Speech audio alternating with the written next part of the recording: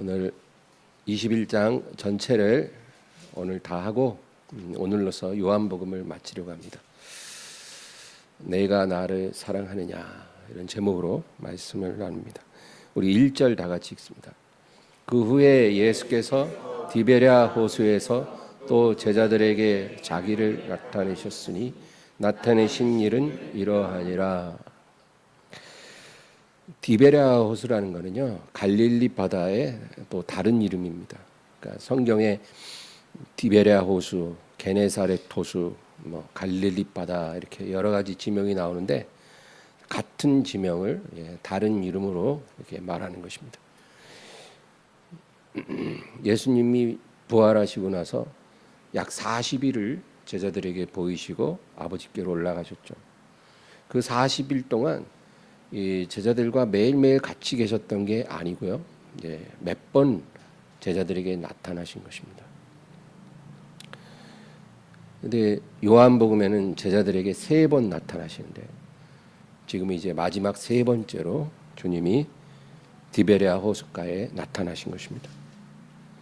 근데 이 제자들이요 다시 본업으로 돌아가서 이 디베랴 호수에서 고기를 낚고 있었어요. 왜냐하면 주님께서 앞서 2번 나타나셨을 때 어떻게 하라고 무슨 지시를 하신 게 아니에요. 그렇기 때문에 이제 제자들도 어떻게 뭘 해야 될지 굉장히 난감한 거예요. 그러다가 이제 결국 본업으로 돌아간 것입니다. 2절과 3절. 시몬 베드로와 디두모라 하는 도마와 갈릴리 가나 사람 나다나엘과 세베대의 아들들과 또 다른 제자 둘이 함께 있더니 시몬 베드로가 나는 물고기 잡으러 가노라 하니 그들이 우리도 함께 가겠다 하고 나가서 배에 올랐으나 그날 밤에 아무것도 잡지 못하였더니 아까 우리 찬송이 참 오늘 본문하고 잘 매칭이 되는 찬송 같아요. 물론 이제 베드로를 처음 부르실 때 그때 이제 깊은 곳에 가서 그물을 내려라 그랬죠. 이제 부활하신 다음에 다시 나타나셨을 때는 이제 깊은 곳에 그물을 내리는 게 아니라 배 오른편에 그물을 내리라. 그래서 비슷한데 하지만 다른 사건이죠. 이 베드로는 결정이 항상 빠릅니다. 뭐든지 빨리 판단하고 빨리 결정하는 사람이에요. 그리고 행동도 빠릅니다. 베드로가 항상 뭘 하자 그러면 나머지 제자들은 그래 그러고 이제 따라가는 식이에요. 이거 리더십은 뭐랄까 그건 좀 타고나는 게 있는 것 같아요. 성격적으로. 근데 지금 11명 제자가 다 같이 있는 게 아니고 7명만 있습니다. 7명의 제자들이 이제 갈릴리 바다에 다시 고기 낚으러 가고 나머지 4명은 어디로 갔는지는 기록이 되어 있지 않아요. 그래서 이 7명이 밤새 그물을 내렸으나 아무것도 잡지 못했다는 거죠. 이런 경우는 극히 드문 케이스입니다. 아무리 고기가 안 나도 밤새 고기가 없다는 것은 좀 아주 희한한 일이죠. 꼭 주님이 나타나실 때 이런 일이 일어납니다. 여러분, 세상에서 형통할 때는 주님이 안 나타나세요. 오셔도 안 보여요. 근데 아무것도 없을 때 주님이 가까이 오시고 우리가 주님 만나는 역사가 일어나는 거죠. 그래서 우리에게 일어나는 일들은 나쁜 일이 없다는 거예요. 육적으로 가난하면 영적으로 부유해지는 역사가 있습니다. 육적으로 부유하면 영적으로 또 가난해져요. 요한복음 15장 5절을 보겠습니다. 나는 포도나무요 너희는 가지라.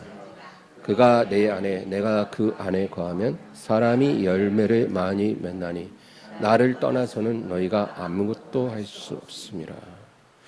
그러니까 주님이 뭐라 그래요? 나를 떠나서는 너희가 아무것도 할 수 없다.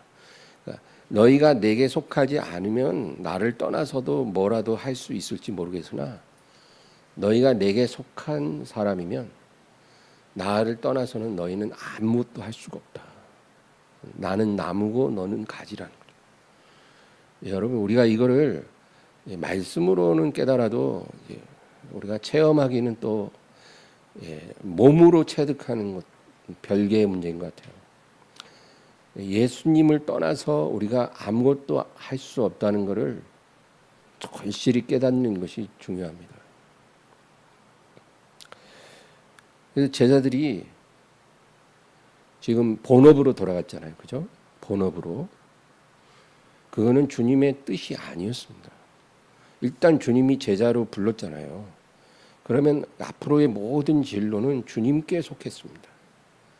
주님의 뜻을 기다렸어야죠.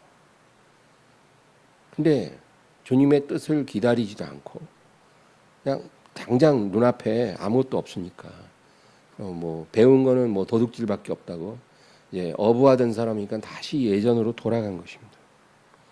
주님의 뜻을 기다리면서 기도하는 훈련이 전혀 안 돼 있는 거예요. 현재까지. 내가 어디로 가야 될지 모르면 주님께 묻고 기다릴 수 있어야 돼요. 인내하면서 기도하면서 기다려야 돼요. 그것도 아주 중요한 영적 훈련이거든요. 그러나 제자들에게는 이 훈련이 아직은 안 돼 있는 것입니다. 예수님 만나서 3년 반 동안 예수님 눈앞에 보이잖아요. 예수님 따라만 다니면 되는 거거든요. 그러니까 뭐 주님의 뜻을 기다리고 기도하고 이런 훈련이 안 돼 있는 거예요. 어떤 중요한 결정을 내리기 전에 고민하는 것과 기도하는 것은 분명히 다릅니다, 여러분. 겉으로는 비슷해 보여요. 신중하게 뭔가 굉장히 깊은 고민을 하는 것 같잖아요. 근데 고민하는 것과 기도하는 것은 다릅니다. 고민이라는 것은 결정의 책임이 나에게 있다고 느낄 때 우리가 고민하는 겁니다. 내가 결정해야 된다고 생각하니까 고민이 되는 거예요. 어떤 중요한 결정을 할 때, 뭔가 사업을 새로 시작한다든지, 아니면 다니고 있던 직장을 그만둔다든지, 뭐 교회를 옮긴다든지, 뭔가 결혼을 한다든지, 이런 아주 중요한 결정을 내가 해야 된다고 생각하니까 고민하는 거죠. 근데 기도라는 것은 그 결정의 책임이 내가 아니라 하나님께 있다고 믿을 때 기도하는 것입니다. 그러니까 기도는 하나님의 뜻을 묻고 기다리는 거예요. 오늘 기도하고 오늘 밤에 응답받고 이런 게 아니라 내가 일단 기도를 했으면 믿고 기다리는 거예요. 하나님이 언제 말씀하실지 몰라도 내가 깨달을 수 있도록 말씀하시리라. 이런 믿음을 가지고 기도하면서 계속 기다리는 거예요. 우리는 어떨 때 고민해야 하고 어떨 때 기도해야 하는지 그거를 잘 구분해야 합니다. 고민해야 될 때가 있어요. 옳고 그름을 우리가 분별할 때는 그건 내가 고민하고 내가 결정해야 합니다. 우리 삶에 그럴 때가 있잖아요. 옳고 그름 사이에 우리가 있을 때 내가 결정해야 합니다. 어느 것을 선택할지. 요셉이 보디발의 집에 있을 때 그 주인의 처가 유혹하잖아요. 그러면 고민하는 거예요. 내가 이 유혹을 받아들일지 아니면 단호히 거절할지. 그 내가 고민하고 내가 결정하는 거지. 뭐 하나님께 어떻게 할까요? 물을 필요는 없어요. 왜냐하면 내가 어떻게 해야 하는지를 알고 있기 때문에. 내가 결정해야 될 때는 고민도 할 수 있는 거예요. 왜? 그 주인의 처의 유혹을 거절하면 나에게 어떤 불이익이 오는지 알거든요. 고민이 되죠, 인간이니까. 그러나 내가 결정하는 겁니다. 그리고 그 결정의 책임도 내가 지는 거죠. 그러나 나의 진로에 가장 중요한 것을 결정할 때, 그럴 때는 우리는 고민하는 게 아니라 기도해야 합니다. 고민 아무리 해도 소용없어요. 기도하고 하나님의 뜻을 구해야 합니다. 하나님이 결정하시고 하나님이 말씀하소서. 이것은 내가 정하는 게 아니라 하나님이 정하는 것입니다. 우리가 기도해야 하는 것입니다. 하나님의 뜻을 알 때까지 기도하는 것입니다. 우리가 기도하지 않고 내가 막 결정하잖아요. 그럼 반드시 후회합니다. 하나님이 결정할 일을 내가 결정한다. 그러면 그 자체가 불신앙이에요. 내가 결정한 것이 뭐 잘한 결정이든 잘못한 결정이든 그걸 떠나서 내가 하나님께 묻지 않고 하나님의 응답을 기다리지 않고 내가 딱 결정해버리면 그 자체가 불신앙이에요. 하나님 기뻐하지 않는 거예요. 내 인생의 가장 중요한 결정을 내릴 때는 하나님의 뜻을 구하고 기다려야 합니다. 간절히 구하면 나를 만나리라. 그렇게 성경에 기록되어 있잖아요. 하나님 말씀하십니다. 4절에서 7절 읽겠습니다. 날이 새어갈 때에 예수께서 바닷가에 서셨으나 제자들이 예수이신 줄 알지 못하는지라. 예수께서 이르시되 얘들아 너희에게 고기가 있느냐 대답하되 없나이다. 이르시되 그물을 배 오른편에 던지라. 그리하면 잡으리라 하시니 이에 던졌더니 물고기가 많아 그물을 들 수 없더라. 예수께서 사랑하시는 그 제자가 베드로에게 이르되 주님이시라 하니 시몬 베드로가 벗고 있다가 주님이나 하는 말을 듣고 겉옷을 두른 후에 바다로 뛰어내리더라. 지금 이제 밤새 물고기를 못 잡았어요. 그러고 있는데 이제 동이 틀고 밝아질 때 그 배가 그렇게 해변에서 멀지는 않았던 것 같아요. 해변가에 어떤 한 남자가 서서 고기 좀 잡았니? 물어보는 거예요. 고기 없다. 못 잡았다. 그러니까 배 오른편에 그물을 내려봐라. 그러면 잡힐 거야. 또 그러는 거예요. 근데 원래 어부들이요. 누가 그렇게 말한다고 그대로 하지 않거든요. 자기가 제일 잘하는데 뭐 낯선 사람이 그렇게 말한다고 그러겠냐고요. 말도 안 되는 거죠. 근데 뭐에 홀린 것처럼 그 사람이 말한 대로 그냥 그물을 반대편 오른편으로 내린 거예요. 근데 갑자기 그 그물에 물고기가 그냥 꽉 차는 거예요. 진짜 들어올릴 수가 없을 정도. 그물이 찢어질 것 같죠. 큰 물고기 153마리가 그 그물에 꽉 찬 거예요.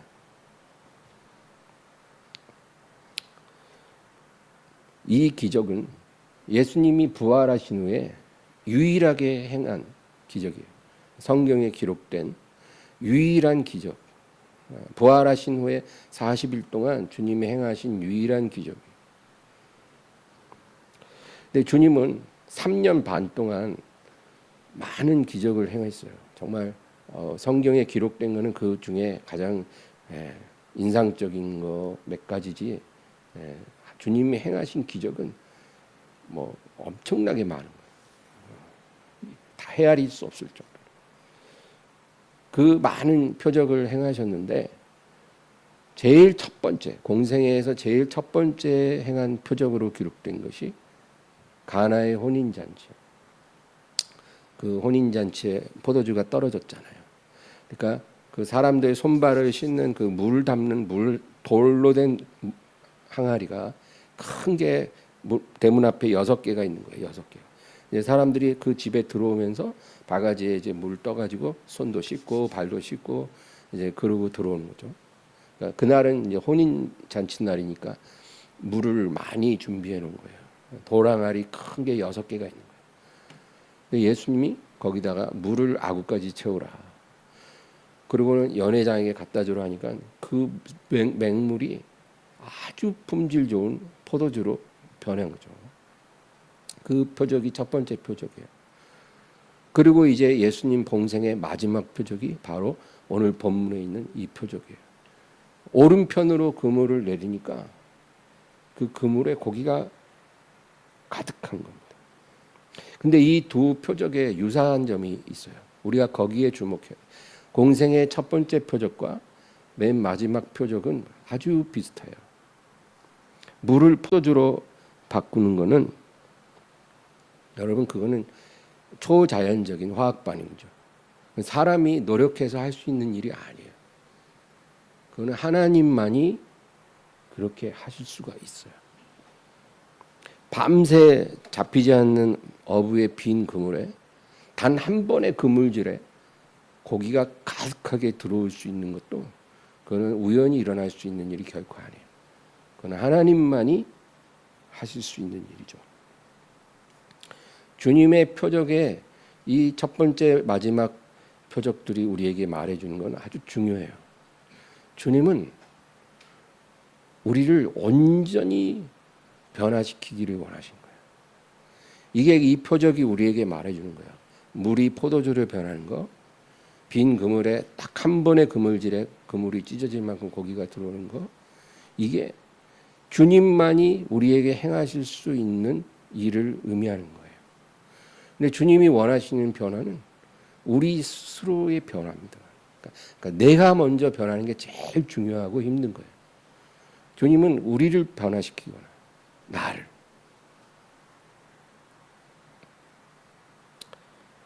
맹물 같은 인생. 맹물 같다는 거는 무색 무취의 그런 사람을 말해요.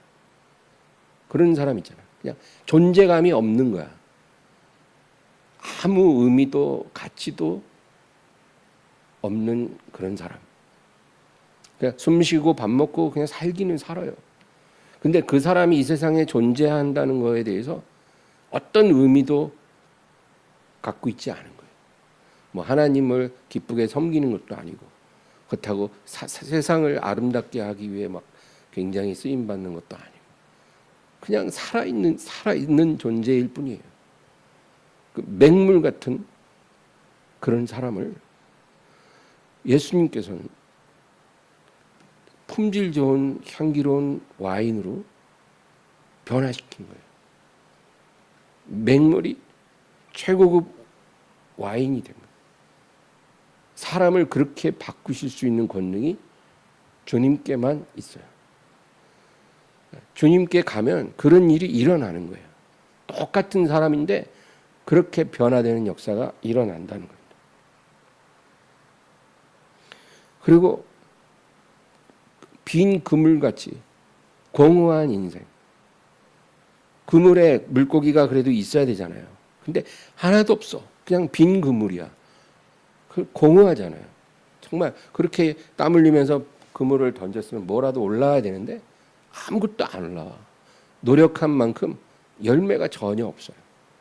그런 공허한 인생. 열심히 살긴 사는데 하나님이 전혀 인정해 주시지 않는, 아무 의미도 없는 그런 인생. 그냥 살다 온 거예요. 아무것도 뭐 하나님이 기뻐할 만한 열매가 없어요. 그냥 인생 동안 죄만 많이 짓고 살았지 하나님이 기뻐하실 만한 열매가 하나도 없는 거예요. 60년을 살든 70년을 살든.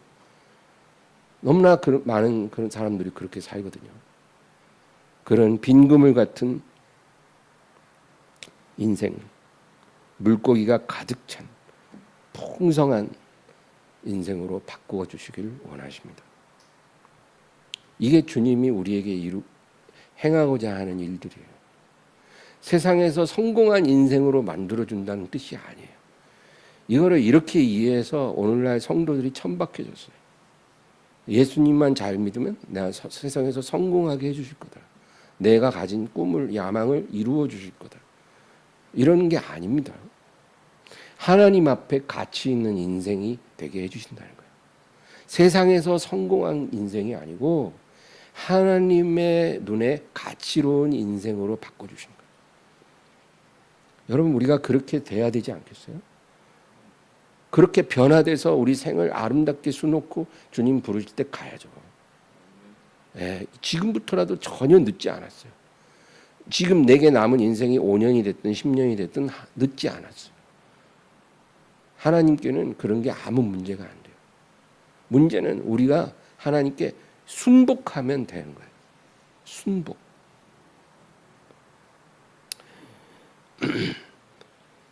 그물에 물고기가 가득해지자. 기적이 일어났잖아요. 그러니까 그 순간 그 해변가에서 외친 남자가 주님이라는 것을 요한이 먼저 알아챘어요. 요한은 눈치가 빠르거든요. 주님이시다 요한이 그러니까 그제서야 베드로가 깨닫고 웃옷을 입고 바다에 뛰어들어 헤엄쳐서 주님께로 가는 거예요. 재밌는 거는 이 해변에 서 있는 남자가 예수님인 거를 요한이 먼저 알아챘잖아요. 근데 헤엄쳐서 주님께 제일 먼저 가는 거는 베드로였다는 거예요. 주님을 알아본 건 요한인데 주님께 먼저 도달한 건 베드로였어요. 이 두 사람은 굉장히 재미있는 캐릭터예요. 부활의 아침에도 그런 일이 있었어요. 막달라 마리아가 새벽에 와서 빈 무덤을 보고 베드로와 요한에게 얘기를 하잖아요. 그래서 두 사람이 막 다른 박질을 해요. 근데 요한이 먼저 무덤에 도착했어요. 먼저 도착했으면 먼저 빈 무덤에 들어가야 되잖아요. 근데 그러지 않고 무덤 앞에 서 있고 베드로가 도착한 다음에 베드로가 먼저 들어가고 요한도 따라 들어가요. 그러니까 이 두 사람의 관계가 그래요. 그냥 성품이 다른 거예요. 기질이 다른 거예요. 누가 더 낫다가 아니라 그렇게 기질이 다른데 주님도 우리를 부르실 때 다 다양한 사람 부르는 거예요. 우리 엠마오 성도님들 다 다르잖아요. 진짜 어떻게 이렇게 개성들이 다 강한지 다 다르잖아요. 네. 그 기질이 다른 거예요. 누가 누구보다 더 우월하고 훌륭한 게 아니고 그렇게 다르다는 거죠. 중요한 거는 내가 주님을 얼마나 사랑하느냐예요. 항상 주님은 우리에게 그것을 요구하시고 그걸 보는 거예요. 네가 나를 사랑하느냐. 여기에 우리가 대답할 수 있으면 되는 거예요.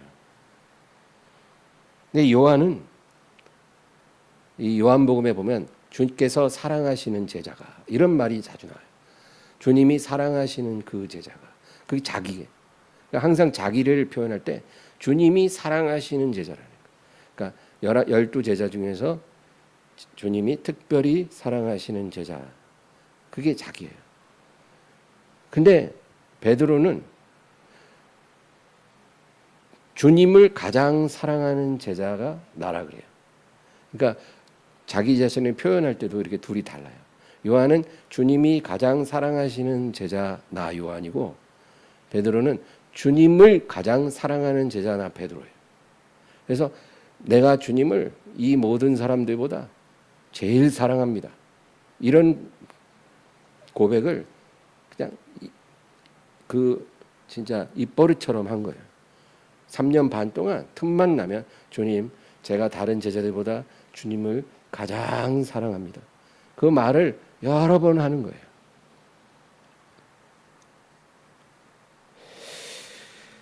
(8절에서 11절) 보겠습니다.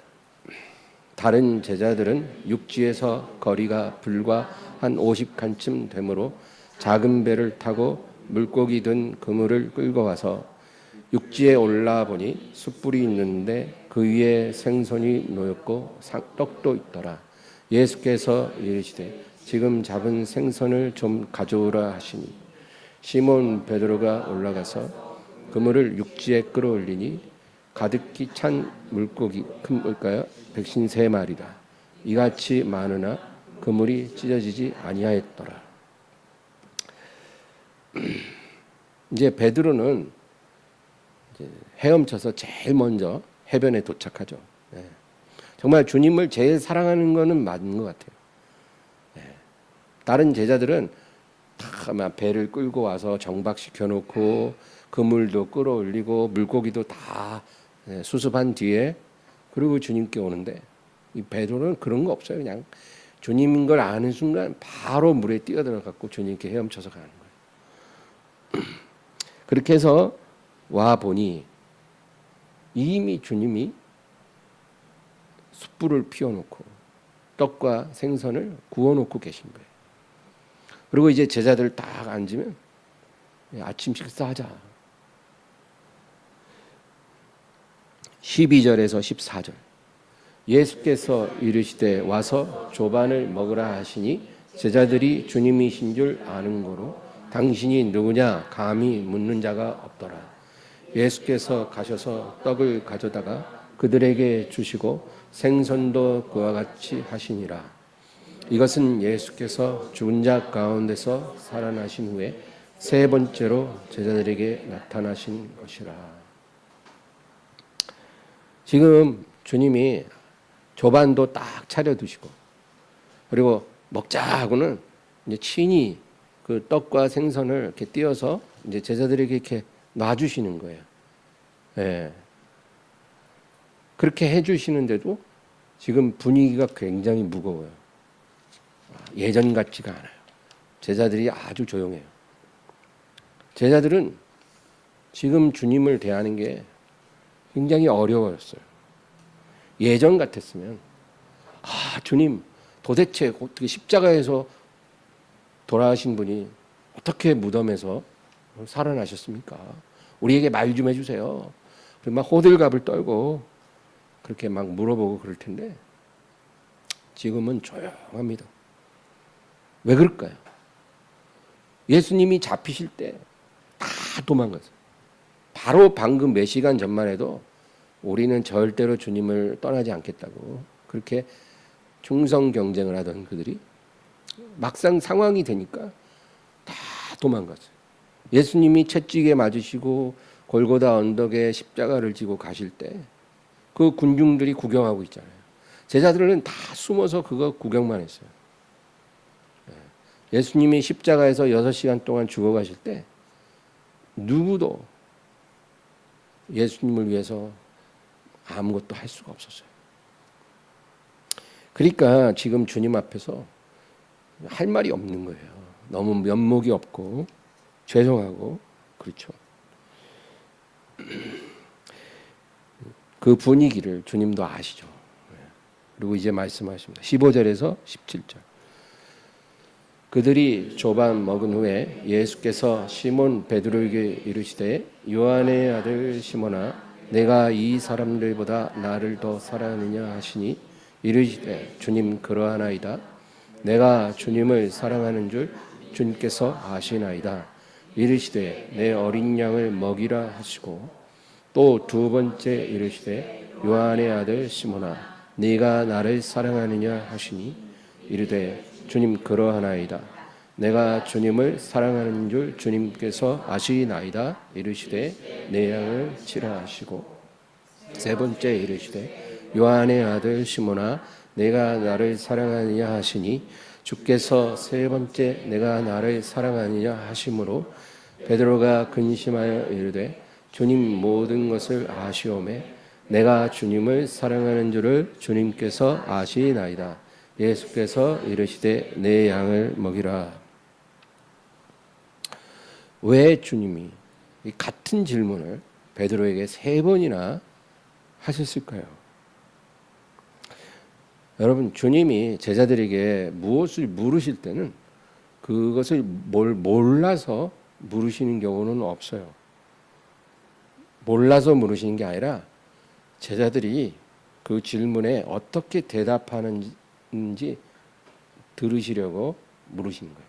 그러니까 제자들의 대답을 듣고 싶어서 물으시는 거예요. 어떻게 대답하는 거예요? 사람들이 인자를 누구라 하더냐. 그러니까 뭐 누구는 세례 요한이라고 누구는 엘리야라고 누구는 예레미야라 하더이다. 너희는 나를 누구라 하느냐. 그러니까 베드로가 멋진 대답을 하죠. 그 대답을 듣고 싶어서 예수님이 질문을 하시는 거예요. 주님은 모든 사람의 속에 무엇이 있는지를 이미 정확히 알고 있어요. 우리보다도 우리 자신에 대해서 더 잘 알고 있어요. 우리 안에 있는 게 뭔지 우리도 모를 때가 많거든요. 그래서 자기를 속인다 그러잖아요. 근데 주님은 내 안에 뭐가 있는지 나보다 더 잘 아시고 그러니까 물어볼 필요가 없는 거죠. 요한복음 2장 25절 보겠습니다.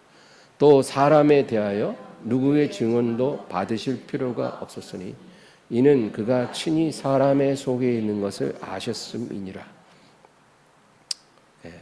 누가 어떤 정보를 제공해서 예수님을 알게 할 그럴 필요가 전혀 없으신 분이에요.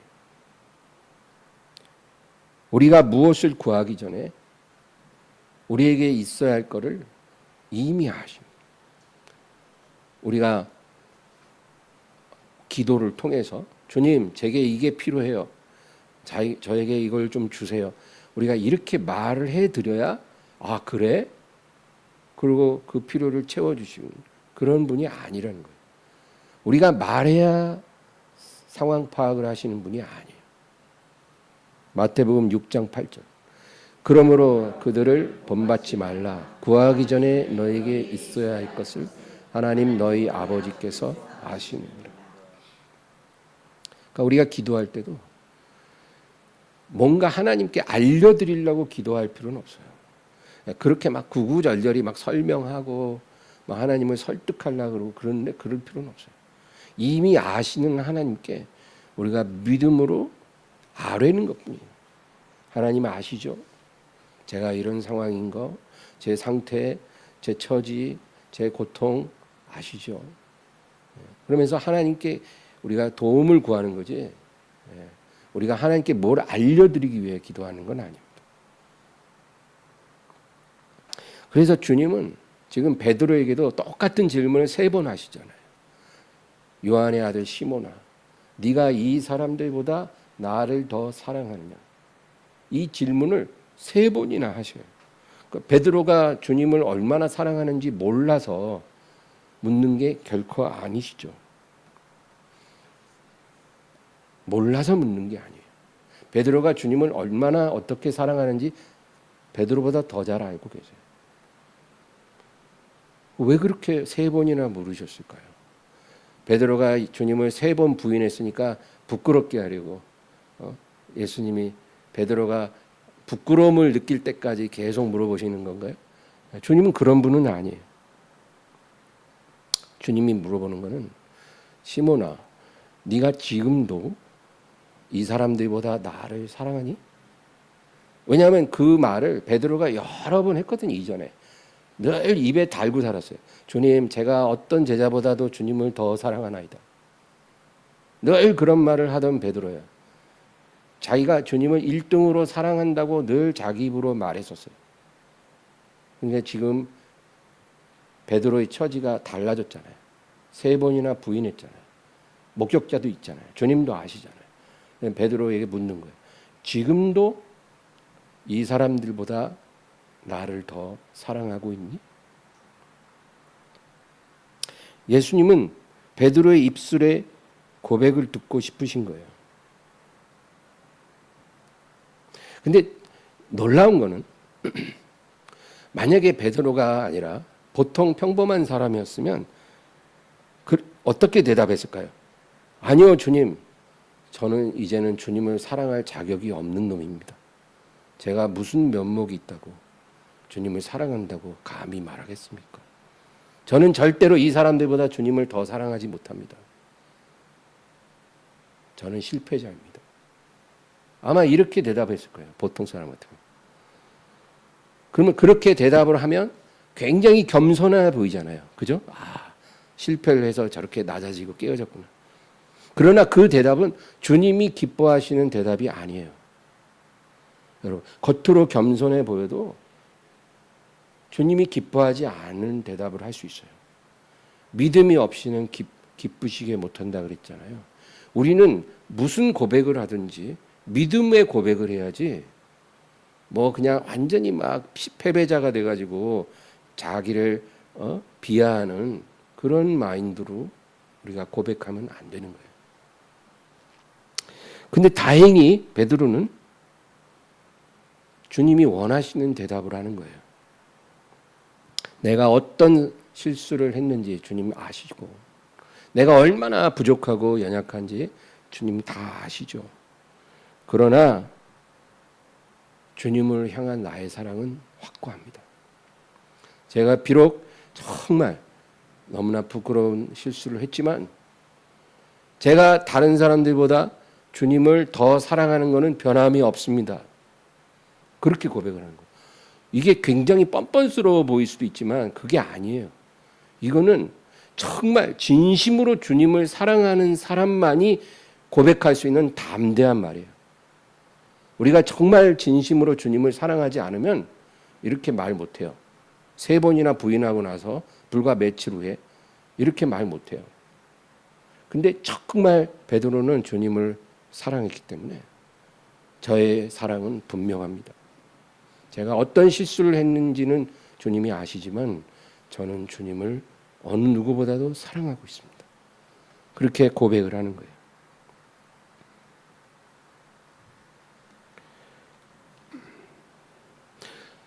지금 주님과 베드로 사이엔 그가 범한 실수는 중요하지가 않아요. 베드로가 주님을 진정으로 사랑한다는 그 사실만이 지금 중요해요. 그래서 내가 이 사람들보다 주님을 더 사랑하는지 주님이 아십니다. 내가 주님을 얼마나 사랑하는지 저도 알지만 주님이 아십니다. 그렇게 당당하게 고백을 하는 거예요. 주님 아시잖아요. 제가 비록 엄청난 실수를 했지만, 부끄러운 짓을 했지만 아시잖아요. 제가 얼마나 사랑하는지 주님이 아십니다. 제가 주님을 사랑하는지 주님이 아십니다. 그렇게 고백한 거예요. 그러니까 주님이 뭐라 그래요? 내 양을 먹이라. 하나님의 사역을 감당할 유일한 자격이 사랑이에요. 예수님을 사랑하는 사람만이 하나님의 일을 할 수 있어요.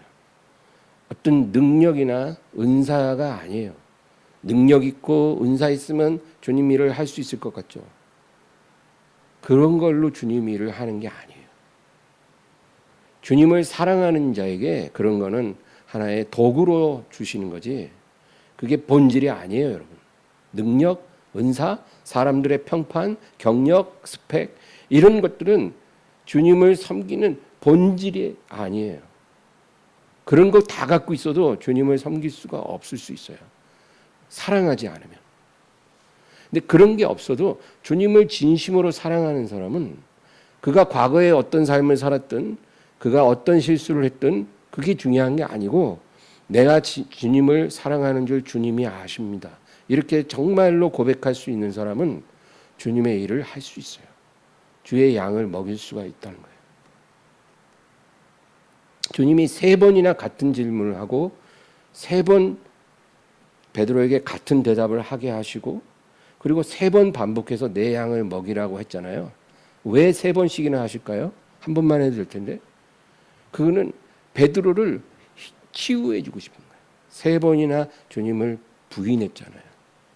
그러니까 베드로를 치유하고 세워주기 위해서 주님이 이렇게 3번을 똑같이 반복. 확실하다는 거죠. 네가 확실하게 나에게 3번 나를 모른다고 했지만 내가 너를 확실하게 고치고 일으켜줄게. 내 양을 먹여다오. 내 양을 쳐다오. 내 양을 먹여다오. 이날로 베드로는 완전히 치유받은 거예요. 주님 앞에 다시 세워지는 거예요.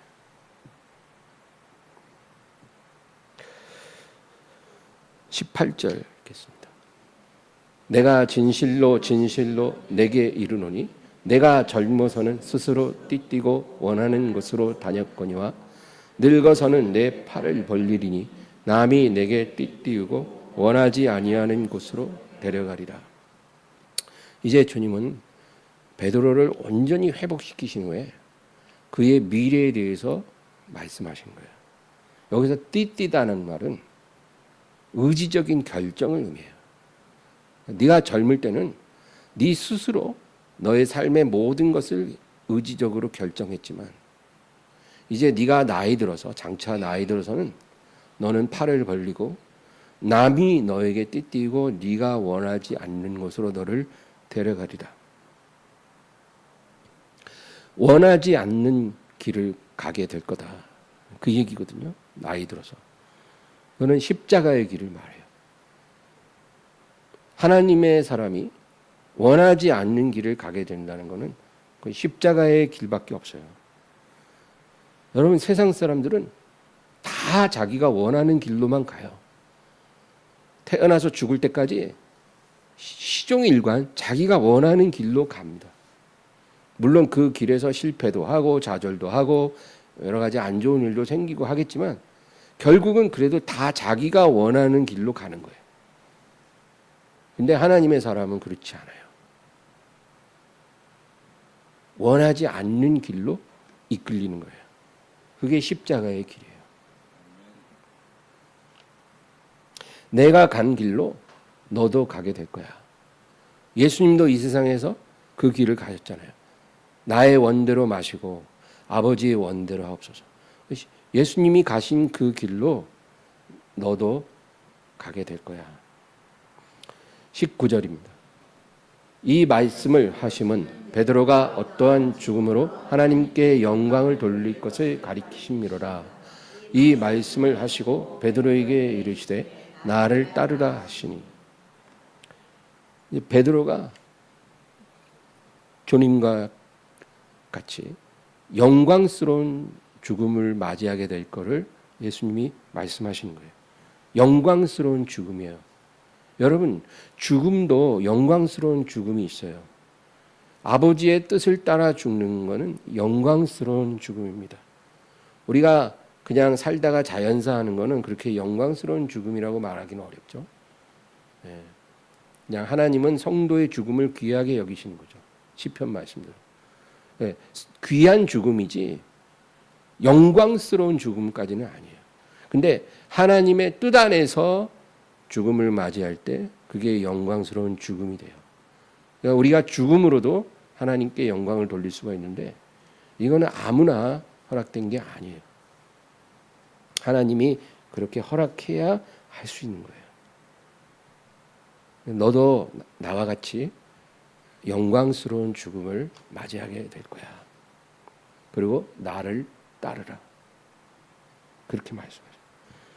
근데 여러분 그거 알아요? 3년 반 전에 처음에 예수님이 고기 낚던 베드로를 찾아오셔서 부르실 때도 뭐라 그랬어요?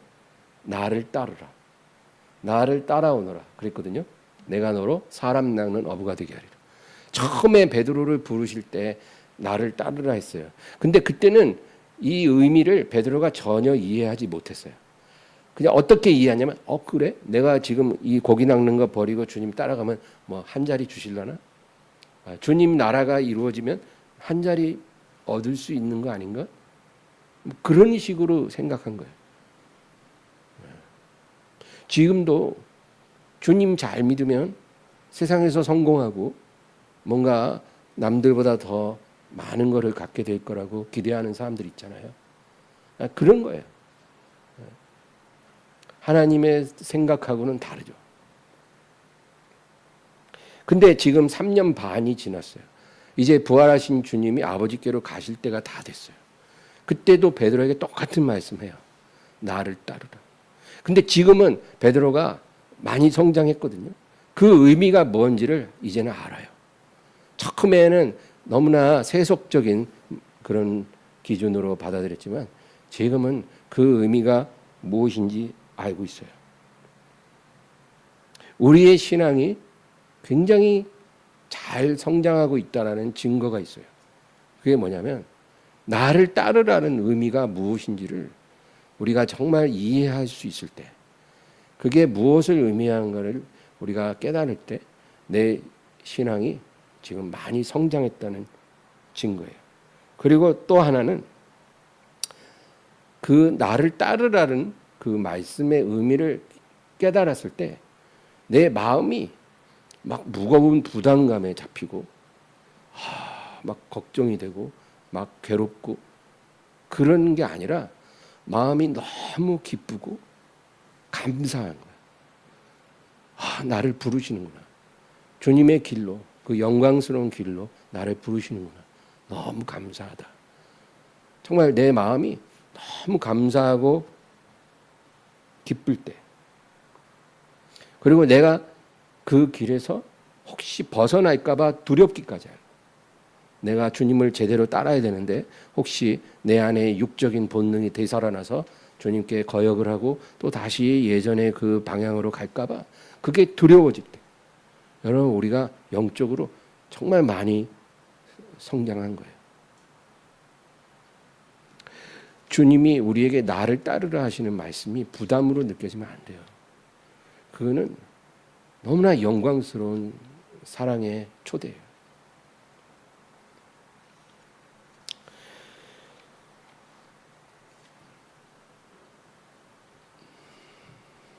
제가 엊그제 밤에 기도를 하는데 그런 기도가 나오더라고요. 그냥 제가 평상시에 기도 안 하던 내용이었어요. 하나님, 저는 노후를 전혀 준비하지 않겠습니다. 제 남은 생애에 제가 어떻게 살아야 할지, 무엇을 준비해야 될지, 그리고 어떤 식으로 계획을 세울지 저는 아무것도 하지 않겠습니다. 그냥 백지 상태로 놓겠습니다. 주님이 나의 미래이십니다. 내가 원하는 것은 주님입니다. 전 제 노후에 아무것도 원하지 않습니다. 주님을 원합니다. 주님으로만 채워주세요. 제가 그렇게 기도했어요. 대견하죠. 저도 이렇게 대견한 기도를 하게 될 줄 몰랐어요. 근데 그런 기도가 진심으로 나오더라고요. 주님으로만 채워주세요. 그리고 제가 사는 날 끝날까지 그 안에서 그 길로만 가게 해주세요. 주님이 원하는 곳에 있고 주님이 원하시는 일을 하고 주님을 기쁘시게 하다가 딱 숨지게 해주세요. 주님의 부름을 받게 해주세요. 이게 제 간절한 기도였어요. 진짜로. 다른 게 전혀 저에게는 기쁨이 되지 않는 거였어요. 그러니까 그런 마음이 우리에게 필요하다 이거죠. 나를 따라라는 주님의 말씀이 너무 감사하고 기쁜 말이에요. 이제 20절, 21절. 베드로가 돌이켜 예수께서 사랑하시는 그 제자가 따르는 것을 보니 그는 만찬석에서 예수의 품에 의지하여 주님, 주님을 파는 자가 누구니까 묻던 자더라. 이에 베드로가 그를 보고 예수께 여짜오되 주님, 이 사람은 어떻게 되겠사옵나이까? 이제 베드로는 자기의 미래가 어떻게 이루어질지 이제 주님께 들었잖아요. 근데 이제 궁금한 거예요. 요한이는 어떻게 될까? 왜냐하면 이 베드로에게는 요한이 가장 절친이면서도 은근히 라이벌 의식도 있거든요. 은근히. 그래서 이 요한이는 어떻게 살아갈지, 어떻게 될지 그런 궁금함이 있는 거예요. 22절, 23절. 예수께서 이르시되 내가 올 때까지 그를 머물게 하고자 할지라도 내게 무슨 상관이냐? 너는 나를 따르라 하시더라. 이 말씀이 형제들에게 나가서 이 제자 죽지 아니하겠다 하였으나 예수의 말씀은 그가 죽지 않겠다 하신 것이 아니라 내가 올 때까지 그를 머물게 하고자 할지라도 내게 무슨 상관이냐 하신 것이로라. 다른 사람의 길에 대해서 알려고 하지도 말고 궁금해하지도 말라는 거예요. 우리 모두는 하나님이 각자에게 주신 길이 다 다르다는 거예요. 사명이 다 다른 거예요. 하나님의 예비하신 상급도 다 달라요. 그러니까 나랑은 다 다른 길로 가야 되는 거예요. 물론 주님을 향해 가는 건 맞지만 우리가 가는 그 과정, 결과, 우리의 운명이 다 다른 거예요. 그러니까 다른 사람의 것을 궁금해하지 마라. 이제 마지막 24, 25절. 이 일들을 증언하고 이 일들을 기록한 제자가 이 사람이라. 우리는 그의 증언이 참된 줄 아노라. 예수께서 행하신 일이 이 외에도 많으니 만일 낱낱이 기록된다면 이 세상이라도 이 기록된 책을 두기에 부족할 줄 아노라. 예수님의 공생의 3년 반 동안 정말 예수님을 가장 가까이에서 밀착해서 관찰할 수 있었던 사람이 제자 요한이에요. 그래서 이 요한이 예수님에 대하여 기록한 복음서는 너무나 귀한 하나님의 선물이에요. 요한복음만큼 예수님에 대해서 깊은 통찰력을 주는 그런 서신이 없어요. 우리가 만약에 예수님에 대해서 정말 온전히 알기를 원하면 요한복음을 연구해야 되는 거예요. 특별히 요한복음 21장 전체 중에서 14장에서 17장 그거는 아주 요한복음의 핵심이에요. 예수님이 마지막 만찬을 하면서 제자들에게 행하신 두 번의 설교 그리고 한 번의 기도예요. 이 14장에서 17절은 정말 이 중요성이 말할 수가 없어요. 그리고 오늘 우리가 읽은 21장 여기서 예수님은 자기를 3번이나 부인한 이 베드로를 사랑으로 회복시켜 주시고 그를 인정해 주시고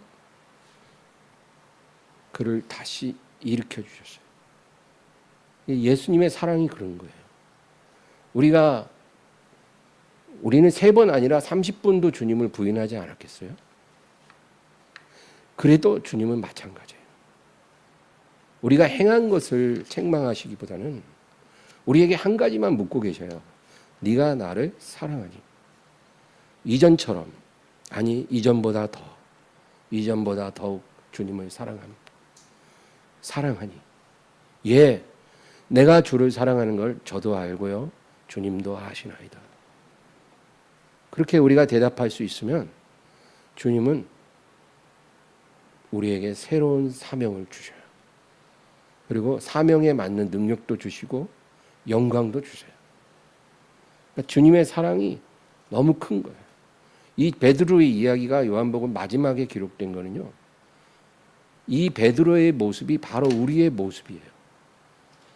우리에게도 주님이 이렇게 행하신다는 거예요. 그러니까 여러분 주님 앞에 너무 부끄러운 과거가 있거나 내 삶에 그러한 실수가 있고 죄가 있어도 낙심하고 그냥 자기 비하에 빠지지 마세요. 자기 연민에 빠지지 마세요. 베드로처럼 당당하게 내가 주님을 사랑하는 것을 주님이 아십니다. 그렇게 고백하세요. 내가 정말 너무 부끄러운 사람이지만 그러나 주님을 진심으로 사랑합니다. 주님께서 저를 아십니다. 이렇게 고백하면서 주님께 나아가세요. 매일매일. 그러면 베드로에게 주신 은혜를 우리에게도 동일하게 주시는 것입니다.